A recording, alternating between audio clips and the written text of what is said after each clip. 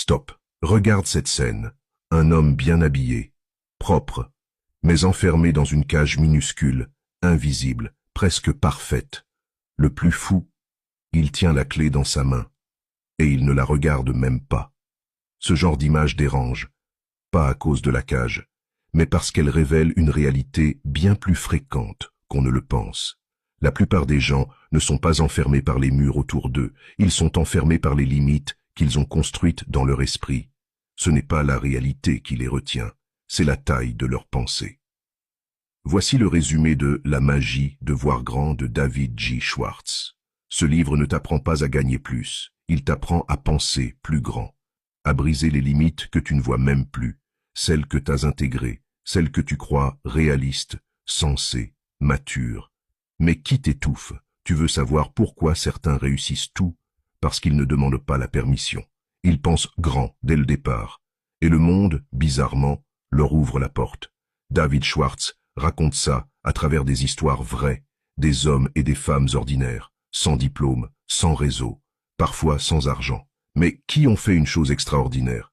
Ils ont osé voir plus grand qu'eux-mêmes, parce que dans la vie, tu reçois à la hauteur de ce que tu crois possible. Pense petit, tu vis petit, pense grand, et tout change.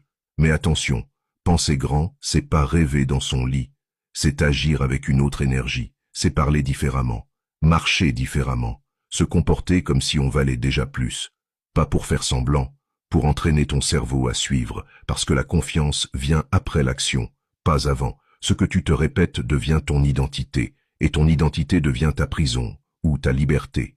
Et ce que tu acceptes dans ton entourage, c'est ce que tu tolères en toi. Si tu restes avec des gens qui pensent petit, tu finis par marcher à leur rythme, sans même t'en rendre compte. Alors entoure-toi de ceux qui voient tes grands, qui te secouent, qui te challenge, pas ceux qui disent « tu vas te faire mal », mais ceux qui disent « vas-y, je te regarde ». À la fin, la magie de voir grand, c'est pas juste un livre, c'est un miroir et une clé. Tu peux continuer à jouer petit, à attendre, à douter, ou tu peux ouvrir la cage et marcher dehors. Parce que personne ne regrette d'avoir visé trop haut, mais tous regrettent d'être restés enfermés.